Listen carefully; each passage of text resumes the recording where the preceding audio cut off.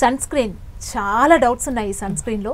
అసలు sun screen వాడితే మంచిదా, వాడకపోవడం మంచిదా, ఒకవేళ వాడితే ఫేస్కి సెట్ అవ్వట్లేదనే కంప్లైంట్స్ కూడా చాలామంది చేస్తుంటారు. మీరేం చెప్తారు?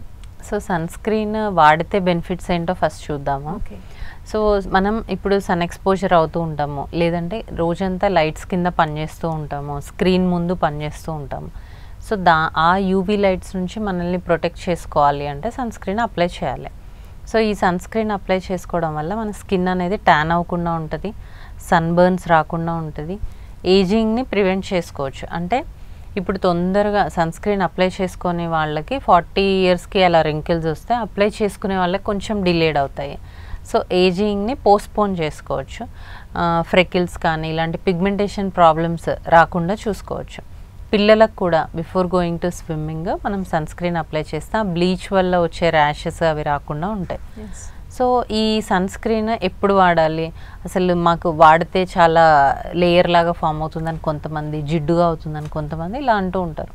So depending on your skin type మనం సన్ స్క్రీన్ అనేది చూస్ చేసుకోవాలి. ఇన్ కేస్ మీకు ఆయిలీ స్కిన్ ఉంది, యాక్ని ప్రోన్ స్కిన్ ఉంది, దానికి సపరేట్ ఉంటాయి. డ్రై స్కిన్ ఉంది, సపరేట్ ఉంటాయి. కాంబినేషన్కి సపరేట్ ఉంటాయి. సో అందరూ ఇంట్లో ఉన్న వాళ్ళందరికీ ఒకటే సన్ స్క్రీన్ కొనుక్కొని అదే వాడితే సూట్ అవ్వకపోవచ్చు. మీరు అంటున్నట్టు అది చాలా అన్ఈజీగా ఉంటుంది. సో అందుకని మీ స్కిన్కి ఏది సూట్ అవుతుంది అనేది మీరు డాక్టర్ని కన్సల్ట్ అయ్యి తెలుసుకోవాలి.